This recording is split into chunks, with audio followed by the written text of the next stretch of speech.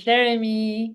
Hello, awesome. How are you? I am good. I'm laughing. It's a nervous laugh because because this is a super um, weird episode in the sense that when I invited you the first time to speak in my podcast, you remember you were going to talk about your experience as an attorney in a big law firm, then as an in-house counsel in a big company. We didn't do it. We didn't record that episode, and here we are today recording that's very, very special episode because, as many people know, you are unfortunately suffering from brain cancer. And the main goal of this episode is to raise awareness. And also, you're gonna talk about the GoFundMe that you started to help other people. Actually, I never heard of this particular cancer you have until Yeah. you announced it. So probably there are many people like me who never heard of it. So it's can what is it? Yeah. Well, thank you, Ansam. And I want to thank you for this incredible platform. You have been such an incredible friend to me. It now is approaching 10 years. We've both been very active in the International Maritime Bar, and it's an honor to be on your podcast, albeit a little bit sobering to be it with this topic of brain cancer. Yeah. I'm like you, Ansam. I had understood as a lawyer, and working in personal injury before, and also just in general, that brain cancer existed. But like many things in life, you kind of walk through life thinking that's horrible. I have compassion for people that suffer from that, but it probably will never happen to me. Mm. And the reality is that I got picked, and there's actually a lot of ways you can respond to it, but I'm choosing to respond to it with grace, compassion, and recognizing that life has always been impermanent. And as much as we in Western societies kind of think we've got it all figured out, we have all these big buildings, we go to the MD Andersons of the world and it'll get fixed. It's been reaffirmed to me just how fleeting and delicate life can be. Brain cancer, I've learned a lot about it in the last 3 months, and yeah, it's tough. The type of brain cancer that I've been diagnosed with is called a glioblastoma. And all of us, I'm full disclosure, I'm an admiralty lawyer, which means I know nothing really about brain cancer in general. So with that disclosure out there, what I've learned is that in our brain, we have something called glial cells, and they are our normal, healthy brain cells.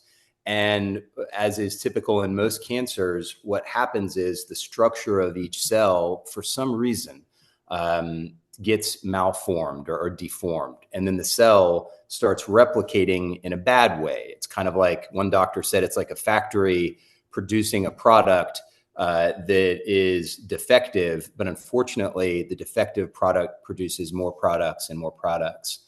The problem with brain cancer specifically is that it's in your brain, right? It's your operating system, it's your computer.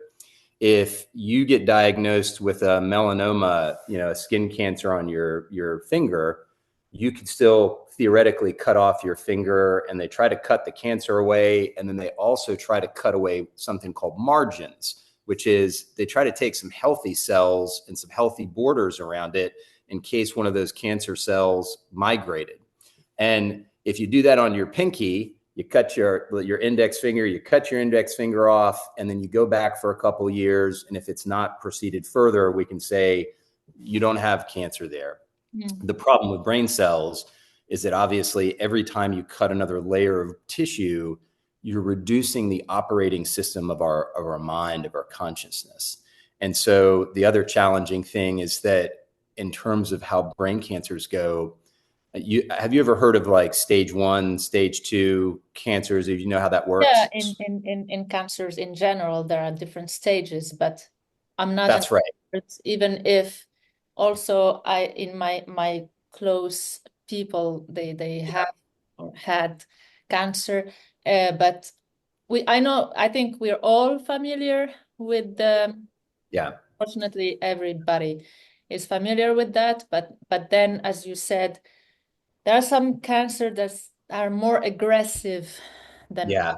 and yours isn't. It, un- yeah, unfortunately, so with brain cancers, it's a little bit different than other cancers. And for anyone in the world that's listening to this, again, if you just came back with your coffee, I am not a brain cancer expert, but I've learned a lot and I've listened carefully as a lawyer to what I'm hearing. And to your point, Anselm, you're right. Like in some cancers, you hear, I've got stage 1 cancer, 2, 3, 4. Those stages really articulate how far the cancer is progressing. Is it at one space? Is it growing? Has it grown to other tissues? In brain cancer, what I've learned, you don't really have stages, so because it's all in your brain. Like it's not migrating necessarily to other parts of the brain, but you have grades. And the grade is indicative of how aggressive it is. And even within the grade, there are different types. So unfortunately, my brain cancer is a grade 4, which is the most aggressive. It's the Arnold Schwarzenegger of cancers. It's the most aggressive type, if you will. You can treat it, but the problem is that the cancer is very smart and it will grow around the treatment, if you will. And mine is a grade 4 glioblastoma, unmethylated wild type. It is the end of the road in terms of it is one of the most complex type of cancers to address. The way that cancer and brain cancer specifically is commonly addressed is in 3 ways. You have surgery to cut it out. You then do radiation, and then you then do chemotherapy, which is a pill that I've taken. And I've done all of those 3. We can talk a little bit more about how that went down, but Yeah. that's generally how it plays out. Unfortunately, the mean or median survival rate for glioblastoma at a grade 4 level is really about 18 to 30 months. And yes, there are outliers, and I hope to be one of those outliers. Yes, we all hope, really. I mean, I know so many people, so many people, they're all praying for you, all sending so many positive vibes, and Yeah, so many people praying for you to be part of these people who yeah, uh, stay with us. But again, I remember, because what I noticed since you announced this publicly is that before you announced it, when I was sending you messages, the "Hi, how are you" was the introduction in the message, right? Yeah, because I assumed you were doing fine, and then yeah, I had the main content. But since you said you're sick, my messages to you were, "How are you?" And that's yeah, all. Because yeah. it's the main content of the message now. So how are you today? I'm great. And I don't mean this to sound cavalier or with any dose of bravado, but I've been great since the evening of December 16th, 2025. That was when my wife and I presented to the hospital. And I'll just kind of tell you how it happened. But throughout all this, I want everyone to know the word that's really gotten me through all this is gratitude. I turned 48 last week, and I've had 48 incredible years of a very rich, full life, and I want 48 more. But I think in life we forget the fact that in every moment we really are having this opportunity to experience life, experience others, experience things that are impermanent. Yes, and lawyers are often guilty of this, right? We've always got a plan. I've got to get into law school. Okay, great. Now I've got to get into a firm. Great. Once I learn my substantive skills, I'll take a vacation. And then you're in the vacation, but you're thinking about other things, right? And so oftentimes, and I count myself in that number of the guilty. You kind of go through searching for the next thing without realizing you're in the moment right now. And it might not even be a real important moment. It doesn't have to be a graduation or you've just won trial. It could just be watching your kid draw on the wall, or maybe you and your wife or your partner just had this incredible, boring breakfast. But that's life. And each one of those moments aggregates to a beautiful life, you know? And about your wife, she's What's incredible. that? Your wife, she's incredible. Norway. Maroi is incredible. We've been together for 18 years. We met, I got off a ship in New Orleans. So my background, I went to Tulane for Admiralty Law School, or I went to South Carolina for law school, and then Tulane for maritime law. Like many people, fell in love with New Orleans. And we do a lot of shipboard work here in the US. And I was coming back from an investigation and wound up going to a Tulane pig roast and walked into my wife, who was in her first semester of Tulane Medical School. And you're right, Ansam, she's incredible. She is a physician that specializes in integrative medicine and internal medicine. And from the moment that this happened, I mean, she was by my side, and she's been by my side ever since. The way this kind of played out, I started having a loss of peripheral vision. And what I mean by that is you and I are looking at each other, Yeah. but your peripheral is on your side. So you're looking straight and you can see things on the side. Mm-hmm. I started losing my left peripheral vision in early December when I was doing a half marathon training runs. And I told my wife, and it actually kind of came to a head when we were playing ping pong and I couldn't see my hand as it was passing through my visual field. And we went to the hospital and I had a CAT scan, and this is what came up on the CAT scan. You tell me if you see something that looks unusual. Yeah, that big thing, that big circle. Yeah, that big circle is a grade 4 glioblastoma about the size of a golf ball. And I knew that something was wrong without being a doctor. And I could see my wife, and obviously she was very shaken by it. But here's where gratitude comes in. And here's where just, I don't know, being thankful. Within a few minutes, my wife was able to start calling some of her contacts that specialize in glioblastoma. And within a week, I was under the knife of one of the world's best cranial surgeons at MD Anderson, which in the United States, very, very big, very distinguished cancer research center. And when you talk about that, for those of you who've made a commitment, we wear a ring here in the United States, right? In sickness and in health. In the middle of my surgery, I learned this after the fact, that my wife kind of scrubbed in, or at least got my tumor from someone who had scrubbed in. And she walked it across about a quarter of a mile to another hospital in a cooler full of ice so that it could be studied. And lo and behold, that has now been turned into a novel vaccine. I'm part of phase 1 of a trial where they take your tumor, they take your white blood cells, they teach your white blood cells, which are the things that help fight infections, flus, et cetera. They're going to try to teach my white blood cells how to attack any further remaining pieces of the tumor that might be in my brain. And I just underwent my first series of injections in my neck last week.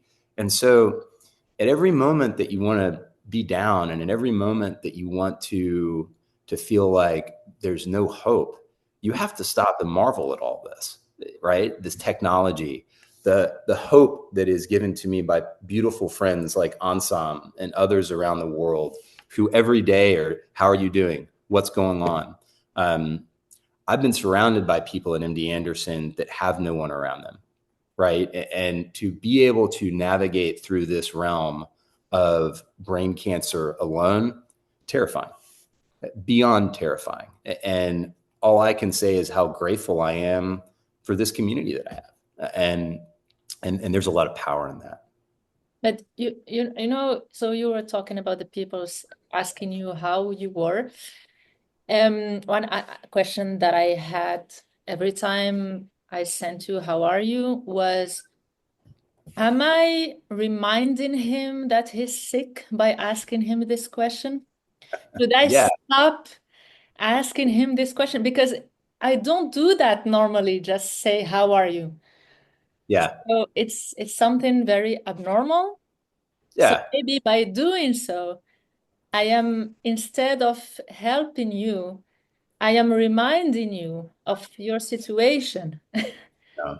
How, No, how do you feel? You want people to keep on sending you, how are you? Or no, I am. It's a very interesting question. And I actually remember right before this happened, I read an article. I can't remember what magazine I read it in, but it was about grief, for example. And I just found it interesting. And it was about a family that unfortunately lost a young child. I mean, devastating, right? If for all of us that have children, and even if not, that's about as high as it gets. And I remember the young mother saying, I really wish more people would be comfortable just asking me, like, no, how are you doing? And is there anything we can do to help? Because she'd go to these parties and it would be awkward because everyone wanted to ask that question and wanted to hold her, but they were afraid or they didn't know what the boundaries were. Every person's different. There are many cancer survivors, and I consider myself one until I'm not, that would not be this vocal about approaching this, or they would not want people to ask them. So I do think it's a personal thing on a case by case basis. But it does illustrate the point where you're in an elevator, right? You get in the law office elevator. Hey, how's it going? How are you doing? And you're like, oh, I'm great. Good. Bye. yeah, But you would be thrown off if you're like, hey, how's it going? How are you doing? Actually, I've got a grade 4 unmethylated wild type glioblastoma, and I've been given yeah, only 2 years to live. That's how my day's going, you know? yeah, yeah. That I don't know if someone that I don't know Yeah. responds this way in an elevator. I think I would have a few minutes of complete silence Yeah. because you don't know how what to respond. And yes, as you said, you have a lot of people who want to help you, but it's also because you are the person who always helps. I mean, I don't Mm. remember Mm.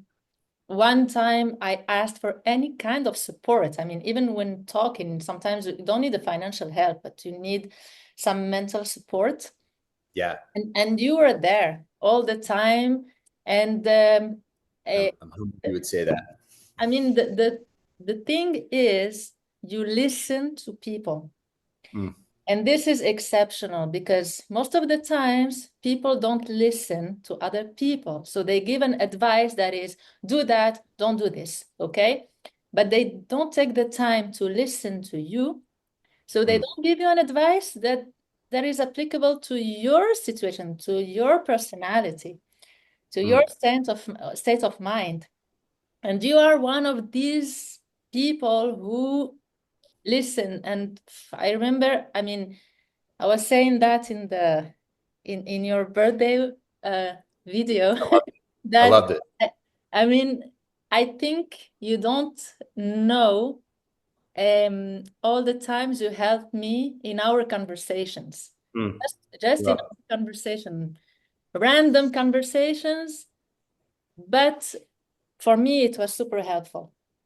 It's I've amazing. been, Mm, I'm so humbled you would say that. And it's interesting because this puts you in a place of humility where so many people have given reflections about me in prior instances, whether it was shipboard, whether it was in the courtroom, whether it was just you and I have had some late nights together in many places as we've built our relationship and with others in the international bar community.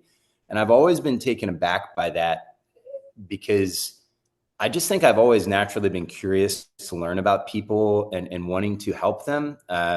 I was raised in the United States, was very into scouting. I'm an Eagle Scout, and we're taught at a very early age to live in the service of others.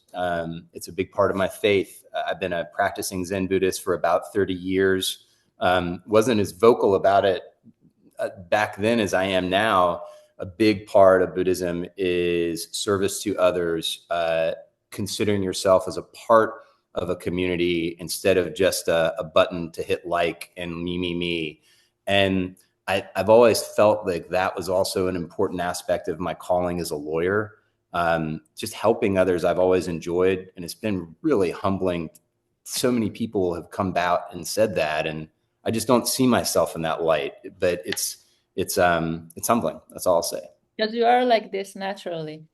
That's why you don't see yourself because you are like this naturally. You Yeah. don't calculate.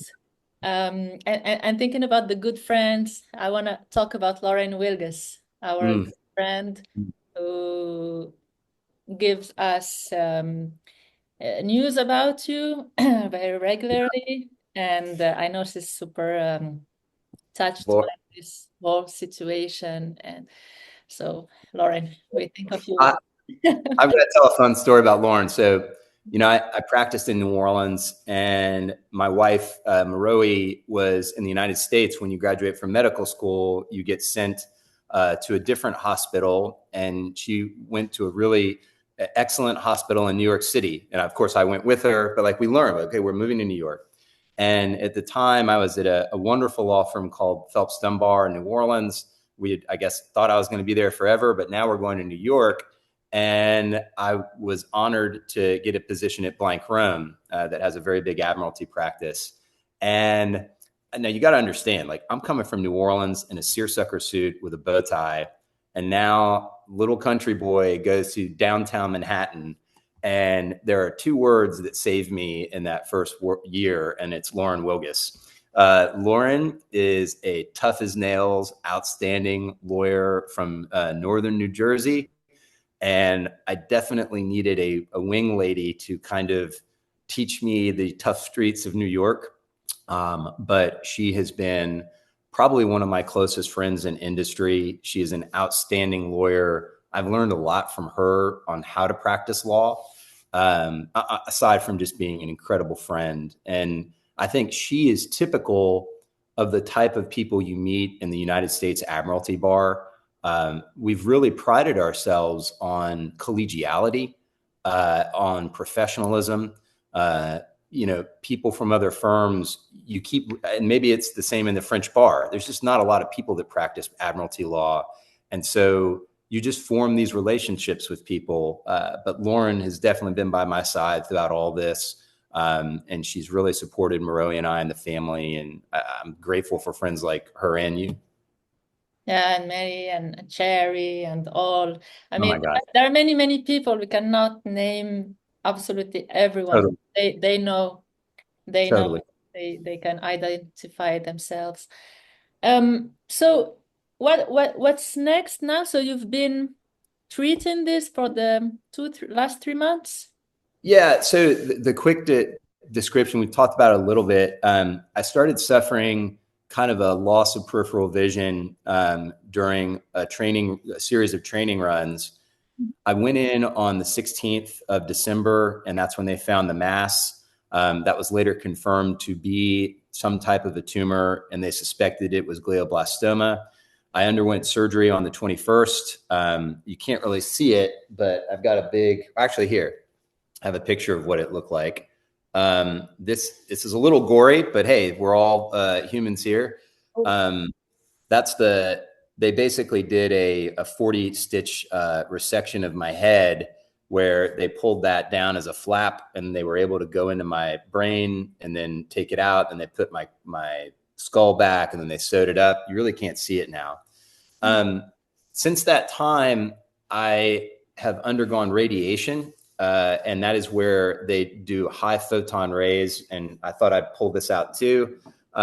So you have the surgery, then at the same time, you do radiation, which I'll explain in a second, and chemotherapy. Chemotherapy is a drug that you take every day, highly toxic, but it's designed to kill any remnant cells. The radiation was really cool. So when you're doing radiation of the brain, you have to lay perfectly still, because the laser gun that kind of goes around your head, it's done with highly sophisticated computers, but you can't have your head flopping around. So they create a custom thermoplastic mask that kind of is molded to your face. And then let's see if it still fits. My mustache has gotten a little bigger. And then you basically are locked down on a table and you cannot move. There's absolutely no movement in this. And so I did that for a series of about 30 days. You're basically locked on the table this way. For how many minutes or hours? No, so you the first series was about an hour each, just to get all of the targeting dialed in. You can see one of the targets here. There's another target right here. And then once the technicians have your specific information, it gets a lot easier. It's about 15 minutes per treatment, but you still have to come in and lay down. I'm humbled to say that there were people I met during radiation. An older man that said, "I'm sorry, I just will not do this because I'm claustrophobic." And I have compassion for that person because they couldn't do that. This little girl, 10 years old, 10 years old. You want to talk about courage. This is what courage looks like. This 10-year-old girl has a different type of brain cancer, and the only available treatment for her is radiation because chemotherapy is not an option, and her tumor was too deep in her cortical stem to operate on. So again, I go back to that. I've had an amazing 48 years. I want some more, et cetera, but that's tough, right? Where I'm at now, I've completed about 45 days of radiation and chemotherapy total. I've also completed, and I'm participating in a trial where they're going to be giving me injections into my neck that goes to my lymph nodes so that can go into my brain.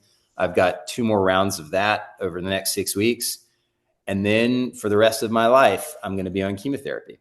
And that's just the way it is. And so what my life looks like, I hope for another 30 years of health and strength.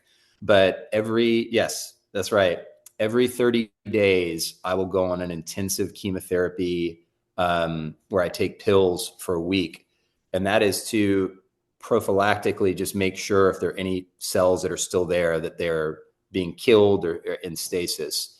And then every quarter of the year, I will go back for MRI. And MRI is, I don't know what the phrase is in France. Have you heard of MRI? No, but maybe it's me because I'm ignorant of the. No. I do.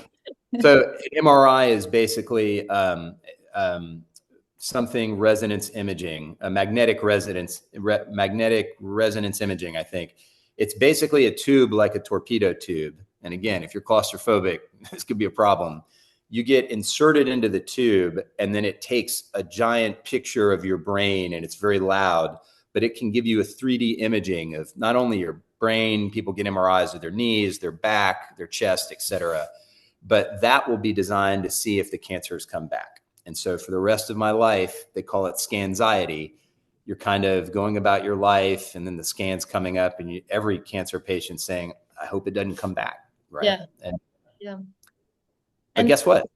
Yeah. Go ahead. Go ahead. Go ahead. I was going to say, so I think it was one of our colleagues in London, I remember, that had cancer. I'm sorry, I'm blanking on his name. My memory's been a bit hazy, but he suffered from prostate cancer, and he said, "Them's the breaks." And I always admired him for that, because sometimes you get cards like this, and then you just cards, and I'm well today, and I'm going to remain well today. And if things happen in the future, I'll address them at that time. That's the only way that I can respond to this. Yeah. And you are raising funds. This is important to talk about, to help other people, to help research. Yeah, that's the minute this happened, I really, like, my first thought was, well, how can I help other people that have this?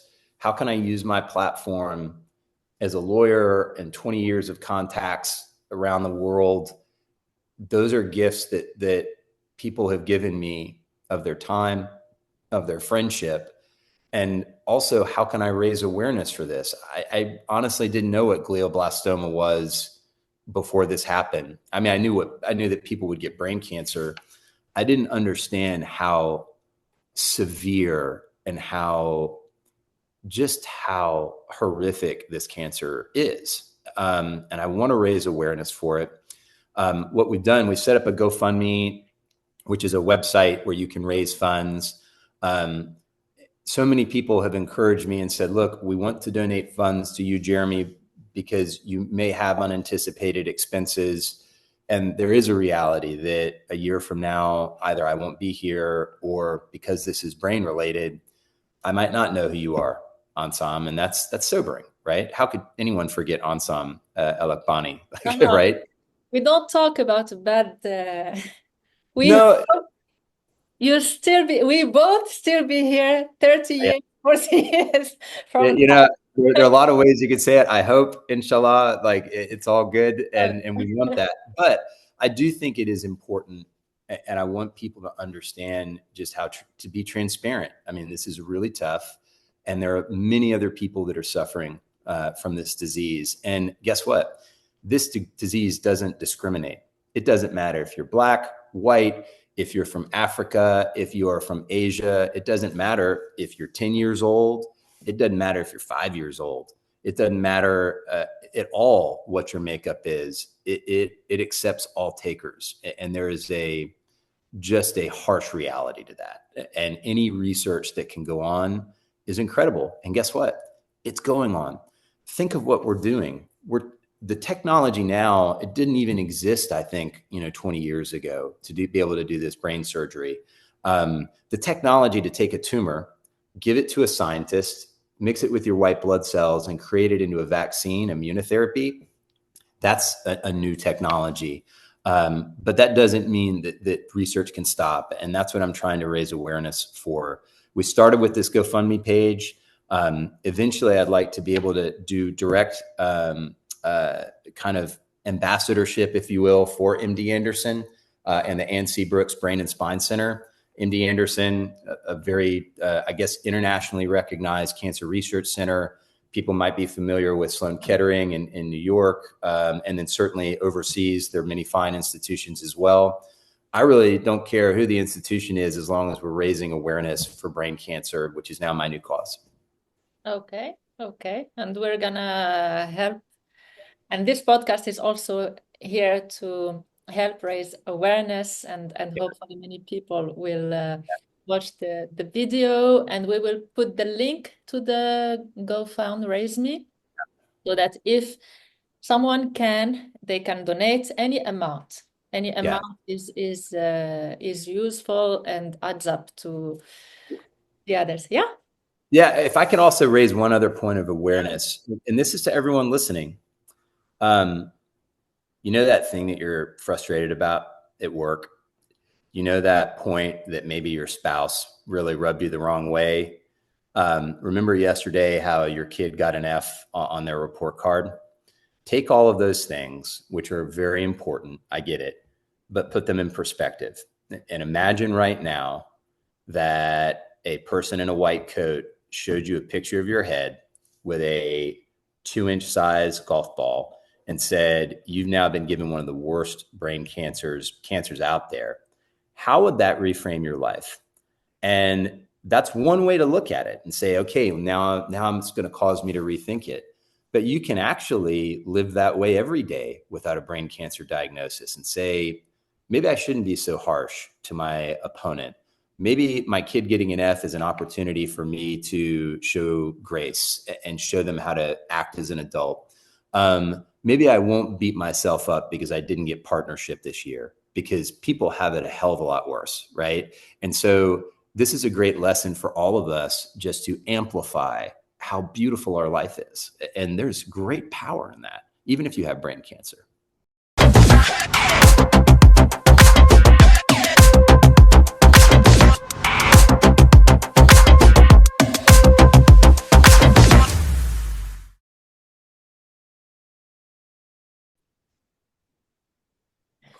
So, Jeremy,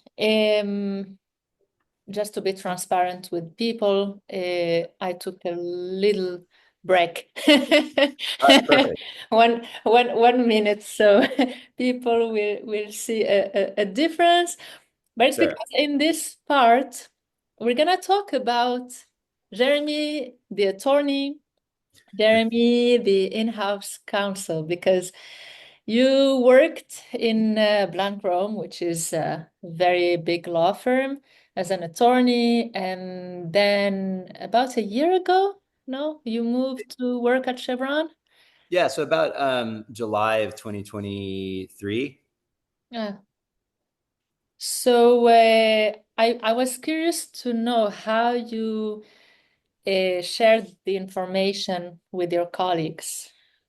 Yeah, I mean, so my background, I graduated from law school from South Carolina in 2003. I think I'd mentioned earlier, I did an additional year of an LLM in Admiralty Law at Tulane, then practiced in New Orleans until about 2011. And then my wife and I moved to New York.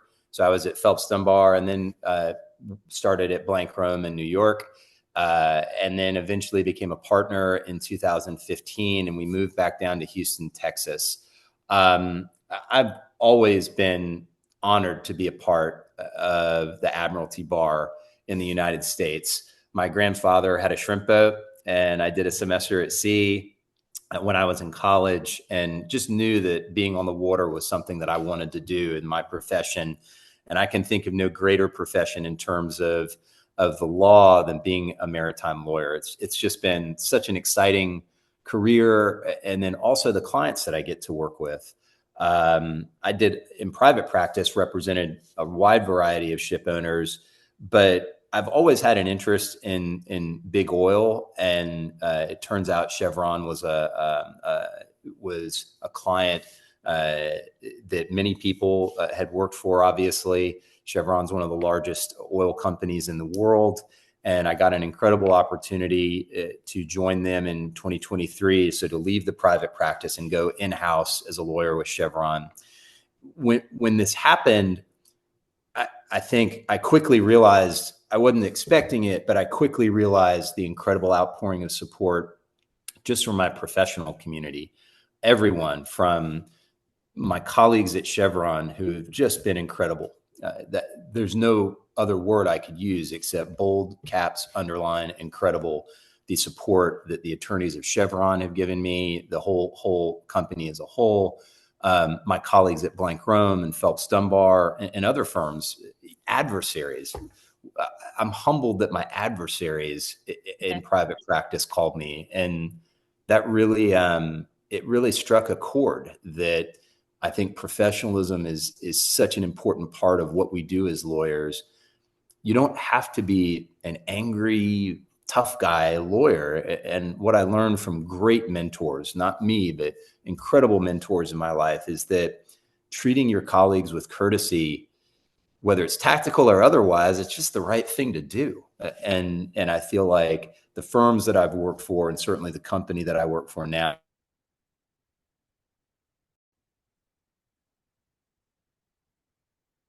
bad picture on some. I lost you. There you go. You You were, were you were saying I was frozen. you were frozen, and I said a frozen picture of Ansam Galabani is not a bad picture to look at. So I was frozen.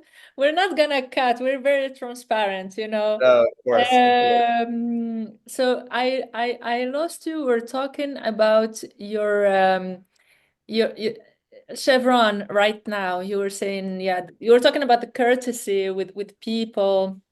Oh, yeah. I mean, if it cut off, I guess what I was just trying to illustrate is that Mm. when I was diagnosed with brain cancer, um, that that Chevron was absolutely incredible in supporting me. They support me to this day, and that all of my colleagues in the bar have really just been just outstanding. I'm humbled by the outpouring of support, and I'm just very grateful. Yeah. So your daily life now, what does it look like? Um, it's been really, I want to be very careful to say hard. I think my wife would describe me as someone who's very much kind of hard charger, go getter, stuck to his routine. And I think that that would probably be fair. I love routine. I love going to work. I love my my clients. I love the company I work for. I enjoy the interaction of being a lawyer with my colleagues, adversaries, everyone. That's been kind of hard to not want to immediately jump back into that.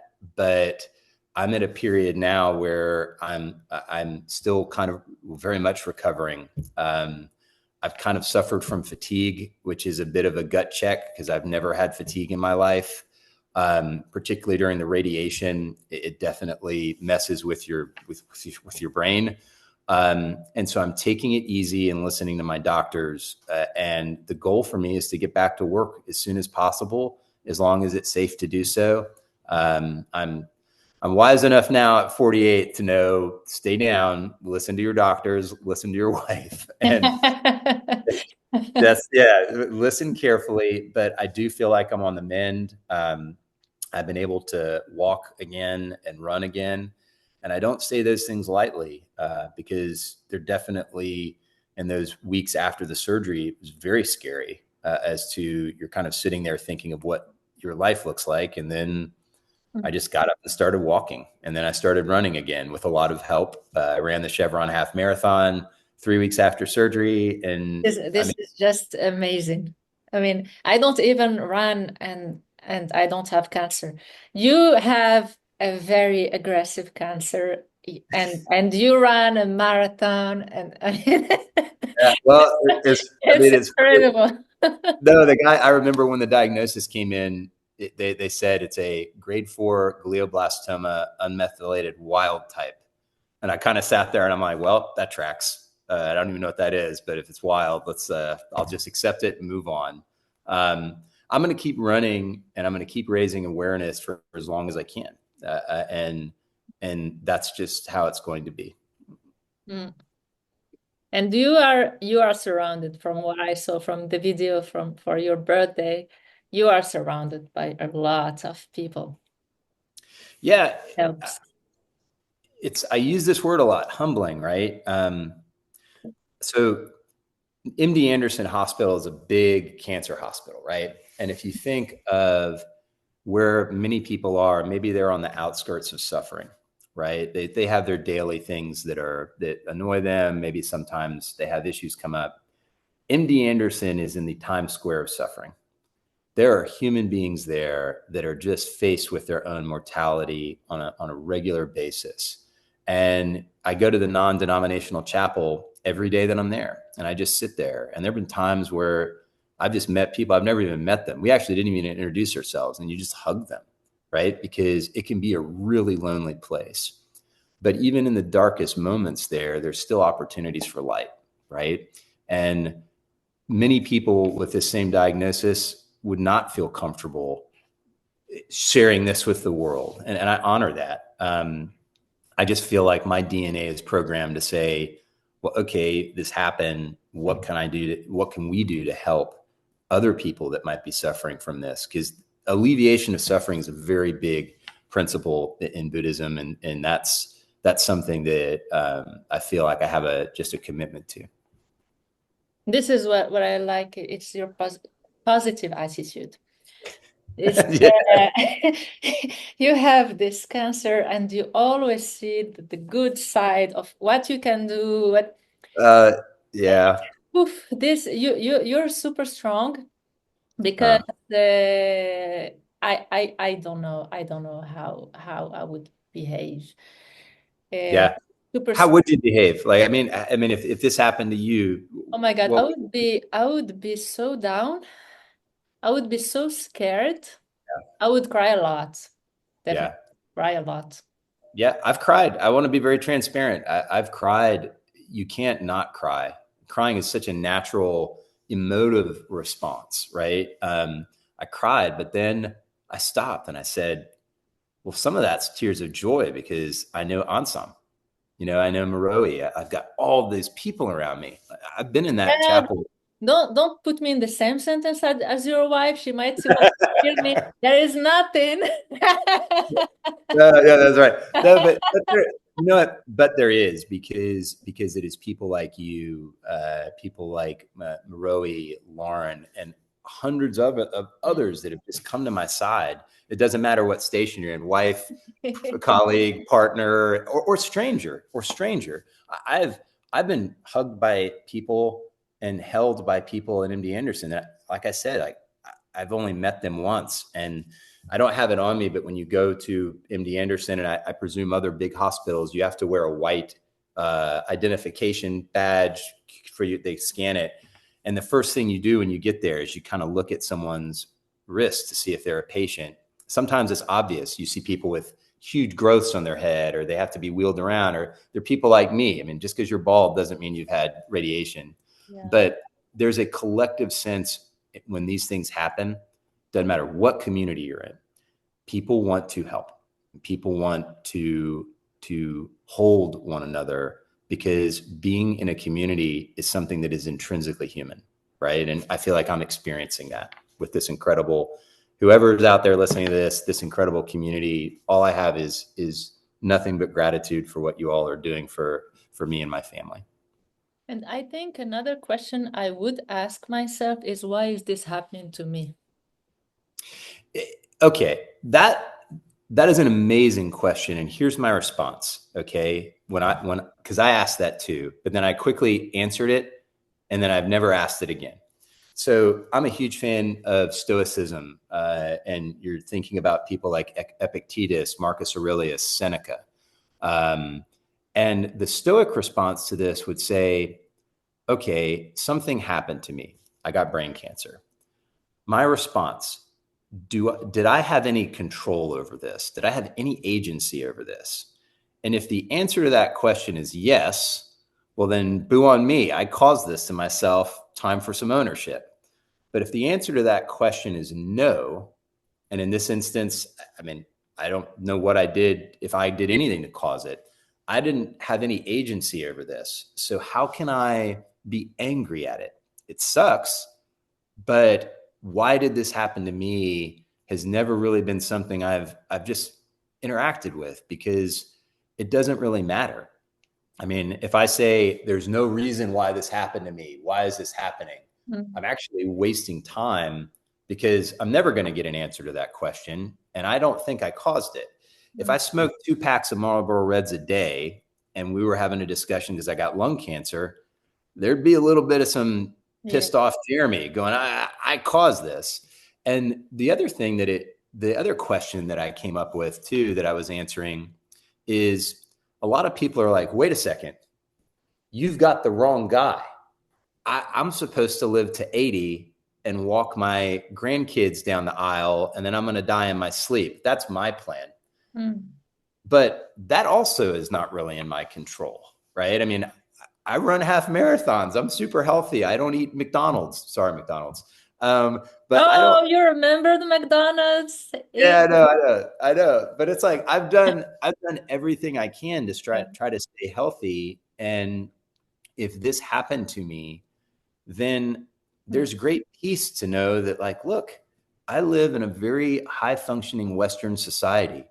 I'm very grateful that I'm not surrounded by war and famine and vice. But that doesn't mean I'm not still subject to the laws of the world. And I have no statistics. There are 300,000 people in the world right now that have the exact same thing that I'm going through, and they have a different set of cards. So, like, how can I be angry at this? It's just the way it is, you know? Yeah. Well, it takes it means you're very strong, because all this is not natural to think like this. Are you saying I'm crazy on some? No. Okay, I'll just put this back on. Receive. Go ahead, on top. You were saying? I mean, no, I would definitely sit down and think, why is this happening to me? Why? And being so angry at life. And but Yeah. so but you have the right attitude. If you cannot control something, uh, Yeah. as Cherry says, it is what it is. Cherry Yeah. Almeida. That's right. And I mean, I think the Stoic, Yeah. and I also think the Zen response too is that every day that is your life is a Mm-hmm. series of moments, and every moment has the opportunity to teach us something. Every moment is valuable. And if you go through your life thinking and only saving up the good times for that vacation, Mm. or, I'm not going to pay attention to all the other things, it's the graduation of my son that I'm really focused on, you're missing huge gaps of time Mm. where you could go back to say, I just had a wonderful moment sharing coffee with my wife in our pajamas. That is just as valuable as if my daughter graduates from the Naval Academy, right? It's like, if you start treating every moment in life like it's this sacred thing, then when things hit the fan, you're like, yeah, but I've had this whole string of sacred things. And True. that's what's sustaining me right now. True. Well, that was an amazing and unique episode. Yeah.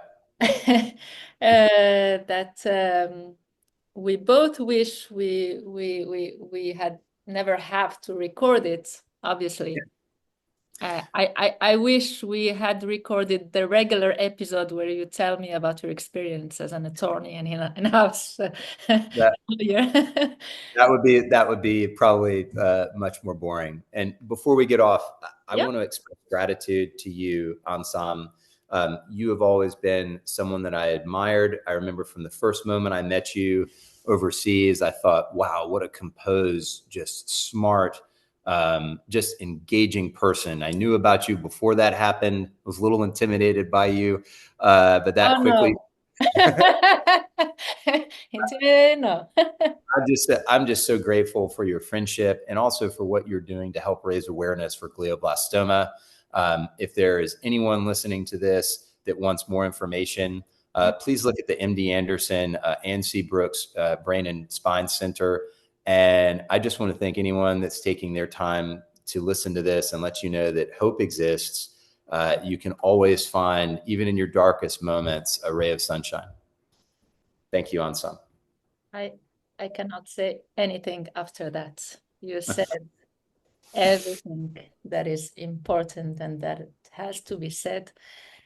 Thank you so much Thank you so much, Ansam. for Au being revoir. yourself. Thank you. Bye bye, Jeremy. Bye. Ciao.